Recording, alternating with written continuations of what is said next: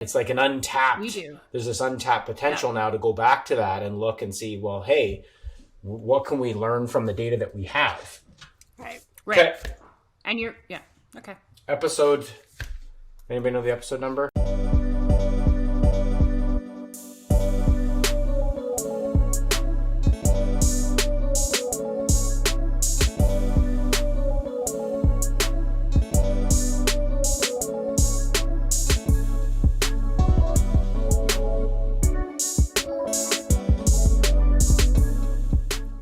Wing It Podcast, goosedigital.com, episode 68. Who do we have? Robin Kroll. Jen Pugsley. Chris Michael O'Neill. Tipsani. All right, welcome everyone. Hello. It's been a while since everyone. we've done an insurance podcast, not because we're lazy, just because we're so busy, which is still not an excuse. But we were also trying to do this in the office, which was part of our new objective. And we were also have an objective to get many more guests because we do have a lot of relationship. We've had some guests on this year, right, in insurance, but we want to bring more guests, and that's hard when everybody's very busy trying to get to their marketing objectives for 2021 and finish the year strong. So just us today, but at least we're consistent. That's what I like about this show. Do we call it a show?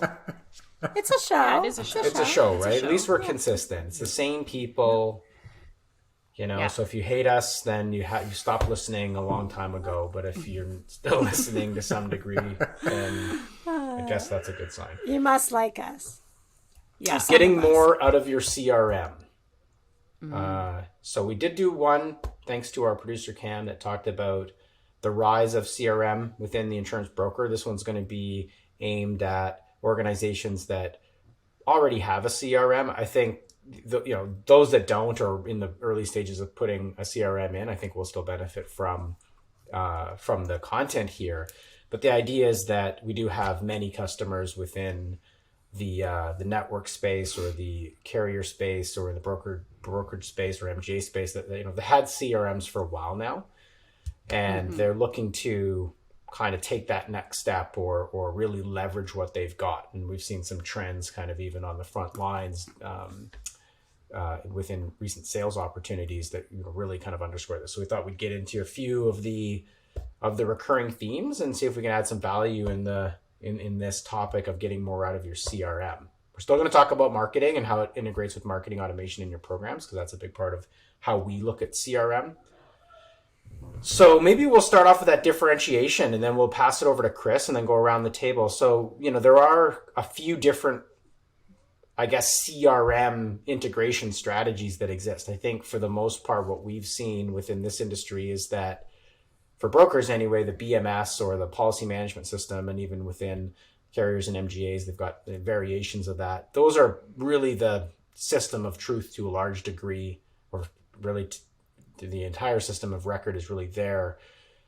But from a from like the front end of the customer integration or the customer experience, certainly from a net new business or relationship of like upselling, cross-selling, and just that whole kind of ongoing communications that you would do through your customer base or new business space, those systems tend to not sort of measure up. But for the most part, they're going to manage the back end of the business. Now, there are other organizations that take their CRM, quite far, like Goose Digital. I mean, we use ours kind of right up until we bill. So it's kind of a lot more than just the sales and marketing or the ongoing customer relationship. It's really fundamental to sort of how we track deals and contracts and who has what and what products they have. But for this industry, it seems to be that they don't really go to that end, and it tends to be more on the sales and marketing. So why don't we talk a bit about that? Chris, you can start and lead us off.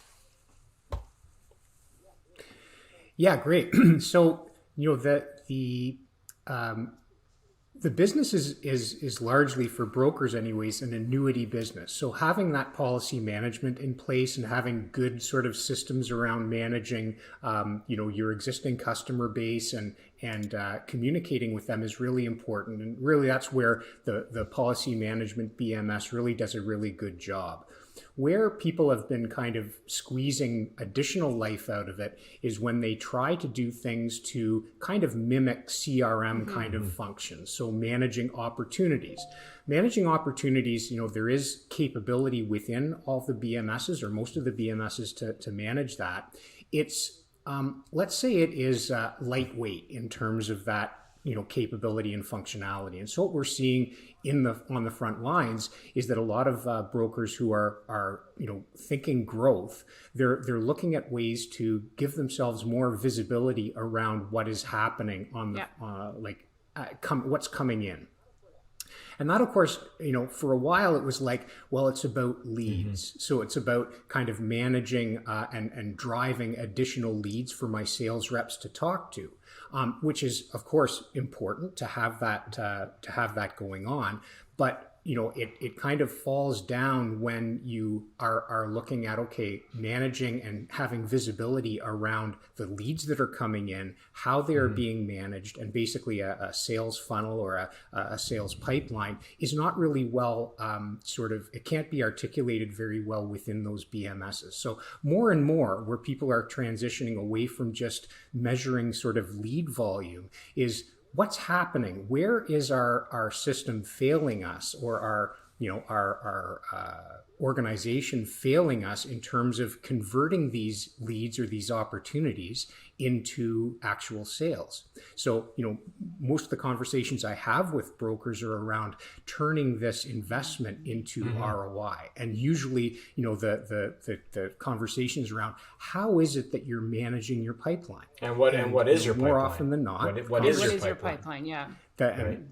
Yeah, exactly. So it's like it's on the individual. It's a spreadsheet is what it usually is. So the spreadsheet gives you some kind of like harsh reality about how long things have been sitting in there, and it's usually on a rep by rep, producer by producer basis. Maybe it's a spreadsheet that gets shared, but there's no sort of holistic sort of view or analysis as to where it is that in the pipeline things are not happening. So more and more we're seeing brokers look at their sales pipeline, and again, this is a theme that we've been sort of consistently across all of the verticals that we deal with, is that the focus going from everything has to be about lead generation to what's happening in the pipeline. So that is consistent with what we're hearing in other industries as well. So being able to kind of take that CRM, which is now extremely mature. Okay, so the CRMs have been around since the early odds.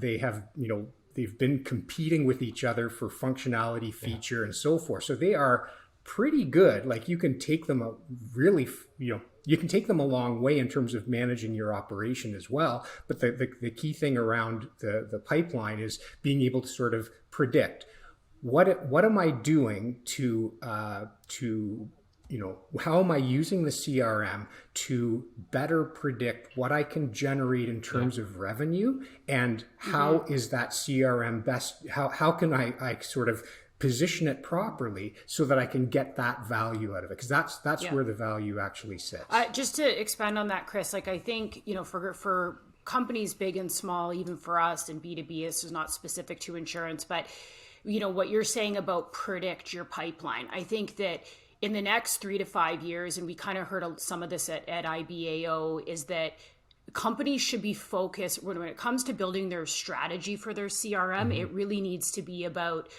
how do we build a pipeline? How do we transition from an Excel sheet or even a notebook or even whatever's, a disjointed framework, right? To how do we build an ongoing pipeline for the next 3 to 5 years? Because that's how your sales are going to come in. That's what the new paradigm looks like. So, well, I think, and maybe Robin, you can get into this because you brought this up before. And I know we've talked about marketing automation, but I don't think as heavily in terms of the scope of the CRM. But if you're talking about kind of building out a pipeline, so to speak, and there's a lot of advantages of having those systems, those different pipeline stages working together, right, with your automation system and your CRM. So maybe we could get a bit into when you're building your pipeline or enhancing your pipeline. Yeah, I mean, I'm just thinking of, the conversations that Chris and Jen and I are all in. And when we're talking about the visibility of the pipeline, there's Hmm. also the conversation, well, if I can see where a lead is within that stage, what's the action? What's going to happen? Because if you're still relying on a manual effort from your sales team to remember that when a lead reaches a particular stage, they then have to pick up Yeah. the phone or reach out via an email, that's still really a really heavy burden on the sales team. And we know that that's not going to happen, or many times it's not going to happen. And that's a perfect way for a marketing automation tool, which will integrate where we have that visibility. You've got these leads that might drop off at a particular stage, and in comes the marketing automation platform to go ahead and say, oh, these are all your leads are at this stage. We haven't heard from them in X amount of time. Let's Yeah. get this really personalized communication coming from that salesperson that goes out and reaches them and tries to re-engage them. So when you're looking at the pipeline, and you're inserting these marketing automation steps, what you're also going to be able to start seeing is, oh, you know what, that flow is continuing because the marketing automation is helping it push along. So it's really the two working together and having the visibility to see how one is helping the other move along. So And when we we say, have. and just to finally, when we explain this to customers and prospects, there's a little bit of a light bulb that goes off in their head saying, okay, this makes sense. And I understand how this can really help drive the leads. Yeah, so we have the concept of the pipeline visibility becoming more of a priority, and I don't think that these organizations, especially some of the larger ones, have zero visibility into their pipeline, but they certainly don't have maybe what we could classify as like a more mature pipeline and attribution sort of framework, out of their CRM, and probably that's, really going to be segmented, to your point, Robin, so that if you're talking about, certain commercial lines products, those are going to be treated a lot differently than, something that's coming in and potentially needs to close quickly. But I think the other thing, when we look at the sort of the next one that we wrote down around sales flow or sales workflows, or just, this ties into like our last area of data and insights, but I don't want to go there yet. The CRM needs to be used. So I think part of the challenge, or part of the struggle that we talked about at the beginning around the BMS, is not having all the sort of sophistication that these, like you said, Chris, a 20 plus year CRM that's been battling it out for 15 years in the market and is now fairly robust. Part of that is just ease of use, and there's a whole bunch of quality of life features for the users that are using the system. But at the end of the day, they still need to be used, because then if you're not using them, so Jen, maybe you could get into, we've got, large carrier clients that, they have these CRMs, and they've had them for years, but maybe they're not using them, and they're not really bought into sort of like, okay, now that we have a pipeline, commitment, obviously the regional sales representatives, everyone needs to be kind of like aligned to actually use this thing. Yeah, I think that I feel that the marketing leads that we primarily deal with, they understand the value, and I think they understand the value because we come up against walls within marketing automation programs and campaigns where we want to drive deeper, but we need the data in order to dive, to go deeper. I think that there's a lot of silos. I think it is changing, but it's about realizing that adoption and building in a strategic plan to go in and have your regional sales guys go and use the platform and update the platform. You can even automate a lot of that workflow if there's pain points around going and getting the data. So I think that there's a way, but I feel that if you'll start to feel in a 24-month journey of your marketing automation journey where you're starting to really need good quality data in your CRM in order to power these campaigns and the reporting. So I think, and real-time reporting, I think another thing that we see with quarterly business reviews and monthly reports, that they're really, really good. They're labor intensive, but they're also out of date a week later. Sure. Right. So I don't know if that's kind of where you were going. I was, when my career in insurance started, I started in a call center. So although we didn't have a CRM, it was very much like working at HP. So it was a systematic approach to entering data. And I think that a lot of, I think that was rare, a rare in the industry. Whereas these carriers, they have data sitting over in very, very legacy systems. They kind of just put a broker in there or a brokerage in there, and it's kind of an afterthought, whereas there's so much power at the broker level and the brokerage level to impact revenue, impact new business, retention, even underwriting, if we could make a concerted effort to every quarter improve the data that's going into those systems. I think one of the challenges is when an organization who doesn't have all, their platforms connected or integrated, the first thing they do is they look at, this is the effort to go ahead and integrate it. They're not looking at the other side, which is the benefits and the value. We often talk about use cases as a way of demonstrating a value of an action. And I think that's another potential way within this same situation to understand the potential value that when you do put in the effort to update the CRM, when you do put in that one-time effort to set up some form of integration, but then look at all the incremental things that you can do and the incremental value that you get, both from a revenue and from an efficiencies perspective. But even how you cut through the noise. So let's just, if we say the B2B side, I'm a broker, right? We all know that every communication that X carrier sends me, I'm getting that times 3, right? Or times 30, let's say 30 markets, 20 markets, right? So how do you really, it is about personalization. It is about that one-to-one. And how do you get to that one-to-one? You have to leverage it from clean data.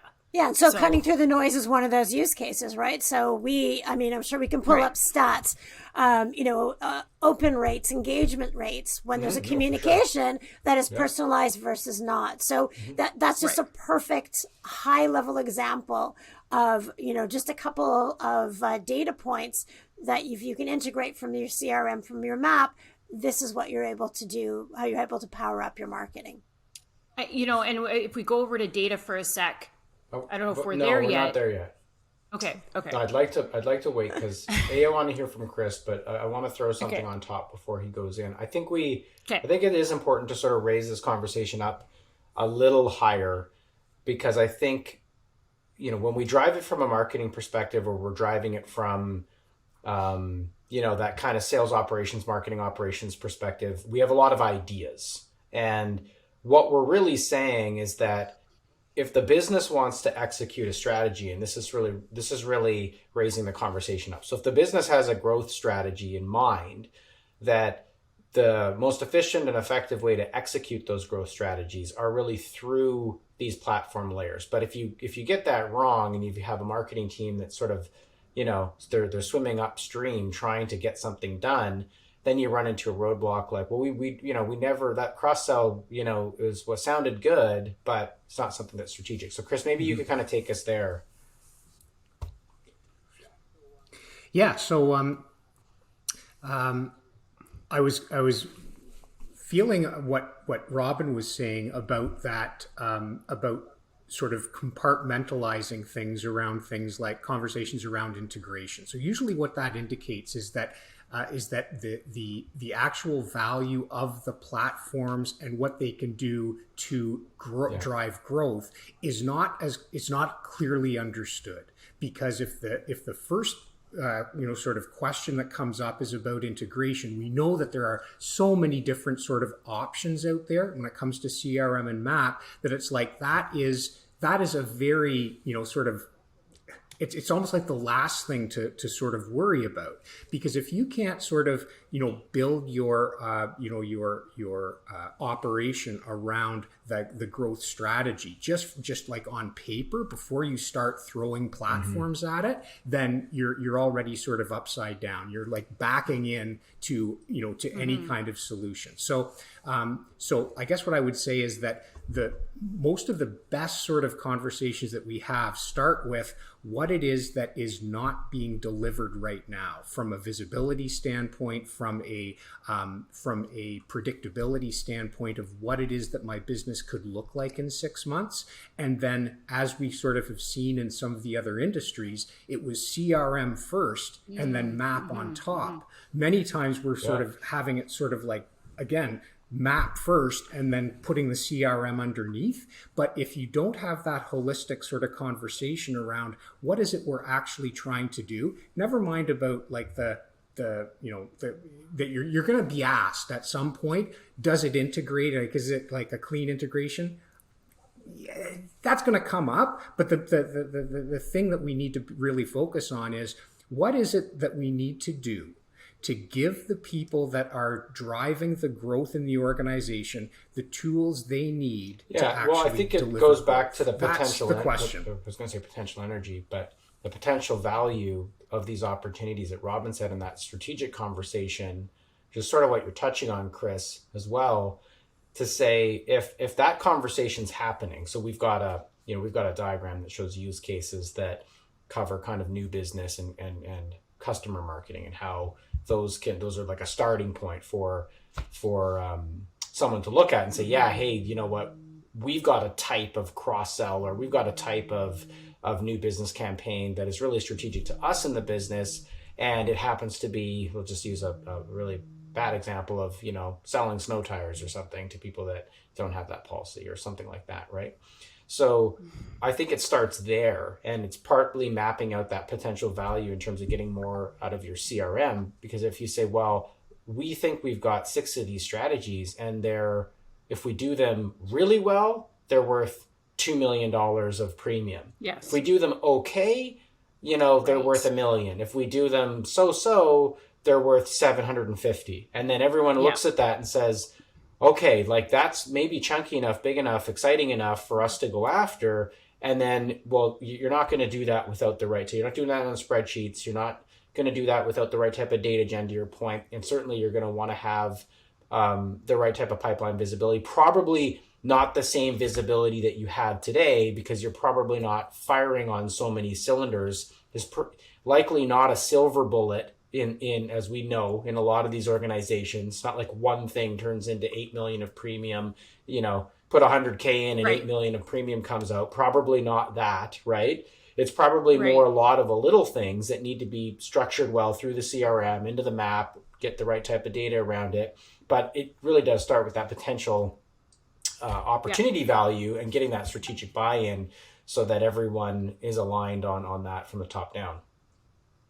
Yeah, I think that we're in those conversations all the time. And I think that I find the marketing departments really have to push that conversation. It's happening more and more every day, but I find it's very exciting, because I feel like that conversation is actually starting to happen. Whereas, why wouldn't you? If you're going out and you're going to go spend $20,000 on a campaign, why wouldn't you tie it to new business revenue? Mm-hmm. Like but I don't think it inherently goes there right away, but it's starting to go there. And I think it's because they have there's all this, everything's disjointed. But when you can start to have that conversation, you can start to see that opportunity, then your campaign number one is going to perform far better than it was before. And then you have something to actually go up to the business to say, hey, so I think that goes into data, and that goes into, like, maybe Robin, if you could kick us. So you've had a CRM 2-3 years now, 3-4, maybe longer. Now business has some strategies as well, but I think part of our role is coming in and saying, well, we've had a look at your data, we've had a look at what's in your CRM. Plus, we've talked to you about your strategies. We think we can take your strategies plus some additional ones that you may not be aware of, and that might be worth X amount to your business. Does that make sense? If so, let's go build a plan around that.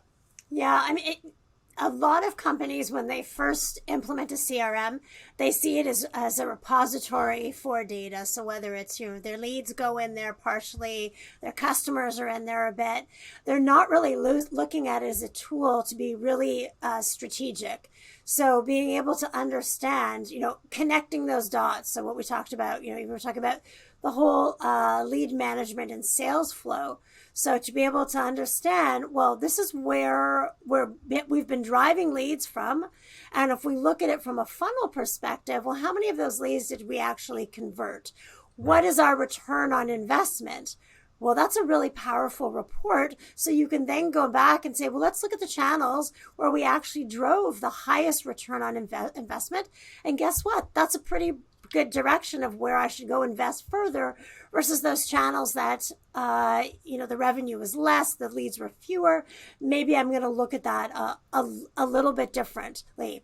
And when we have been showing prospects the reporting that comes with these CRM platforms, I think they're absolutely astounded the level of detail of what they're able to see. So if we talk about that funnel flow, being able to look at revenue by quarter, by channel, being able to look at the revenue attribution. So if a lead came in through a Google ad, but maybe that lead also visited your Facebook page, maybe that lead went ahead and downloaded some kind of a white paper about policy changes. So understanding, that lead actually took those 3 steps and went ahead and converted.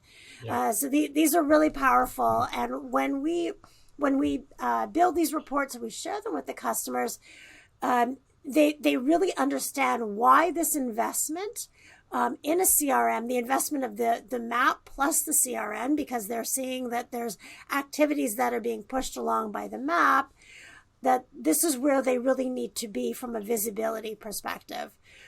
Sometimes we go to the detail of talking about, sometimes it's just that straight revenue attribution. We drove X leads. This is how much we netted in premium.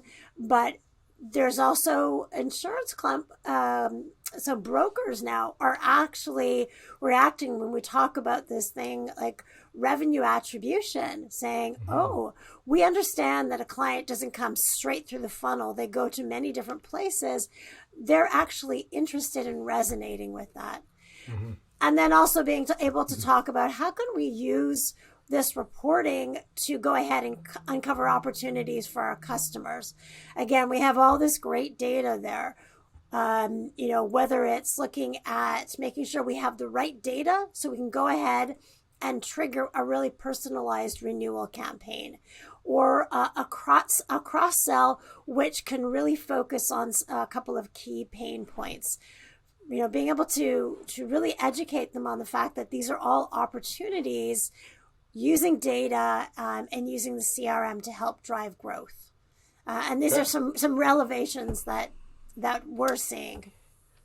Robin, you hit on something I think which is interesting, right? In terms of the customer marketing, is that even if you started, like let's say you're a smaller outfit, and you've got some complexities with connecting your BMS with your CRM and your marketing automation platform to power customer marketing, you could simply start at just the new business that you're driving. So if all of your leads in your new business was flowing through to your new CRM, that customer welcome, cross-sell, so on and so forth, you start with just that segment, right? And that would get you, so you don't have to tackle everything at once. Yeah, but I think that those that have a CRM, and I think you've said for a long time, Chris, if you're looking for growth, and I think that's kind of a key indicator, at least at the management level, depending on the organization and what growth really means to them as a strategy, it might be nuanced if you're a big carrier. But regardless, I think it starts with that growth and really trying to nail down at the executive level, what does that mean to us, and what do we think the value of that is, that potential value of those growth strategies. Again, probably more than one, and then wrapping around, these adjustments to your CRM, if you need to be going off and doing data cleanse exercises or whatever the details are underneath that. I think, yes, it's exciting that marketing teams and agencies are pushing these messages, into the business units, but, we've seen time and time again where it does fall down. It's too high up. And then all of a sudden, it didn't have that strategic connection to what the business really, was hoping to get out of it, and or what their hopes and dreams are generally with growth. So I think that's really important. If you're talking about these CRMs, they're not inexpensive if you've got one. Which is this podcast is angled at those who have one, and if you do, then going back up to that strategy once a year and saying, between our new business and what's in our book, what are we trying to achieve? What do we want to invest in? Okay. Jen and I were having an interesting conversation yesterday about kind of like switch outs. So you've got a customer that has been using a CRM platform for a number of years. They decide that really what they really need to do is to switch it out for another CRM platform. And it's like, 9 times out of 10, the platform was fine. It was like just the use of the platform that didn't quite measure up. And so, again, like, unless you're talking about the difference between a Salesforce and one of the many sort of, smaller, like less fully featured, CRMs, the functionality and capability, across those mid-market leaders are all pretty much the same. So, if you haven't tied that platform to your strategy of growth, then chances are you're probably going to end up blaming that CRM for not giving you the value that you were expecting. Or I would say, Chris, I think there is a bit of an argument for this, and we've talked about this before, for people that have CRMs and looking to do more with them, or may fall into this category of highly frustrated. You can take these CRM implementations extremely far, and it doesn't take long to take them too far, where there's a lot of fields, there's a lot of considerations now that goes into what that field does and how it's going to affect something over here. And CRM systems integrators, they love that, because their role is to continuously customize these environments to the nth degree. And so I can see a place maybe where, like you said, it likely was not the platform itself. It's just that you might be pinning it on the platform, but at the end of the day, it could be that the environment was so heavily configured, if you want to call it that, or customized, that you need to re-implement it. But it might just be re-implementing Salesforce because you're trying to shed a whole bunch of stuff that you don't require anymore, right? So so often, like, not to put too fine a point on this, but it's like you've got a CRM, and the sales leader or the operations leader is constantly making little tweaks to and asking like the programming team to add another field, to do something else, and before you know it, it's basically a train out of control, and you've now lost the whole purpose of having the CRM in the first place, and so it's being replaced by individual little efficiencies that you're creating, and it's like it doesn't actually work together. So again, going back to that sort of overall strategy, I've so many times I've had a conversation where somebody is basically saying, I know that we need to make better use of our CRM, but how do you do that without really looking at what value you're getting out of it now? Yes. And then more importantly, where do you want to take it? Like, let's talk about the business. Let's never talk about technology standing there by itself. It has to basically be tied to that growth plan, or that transition plan, or whatever it is that you want. And of course, getting the all starts with the strategy, right, Chris? Got to go back up there and then look at the technology. All right. Well, that's the first time using Riverside as a podcast platform. So hopefully this turned out okay. And thanks, everyone. Until next time. Thanks. Bye. Bye. All right. Peace.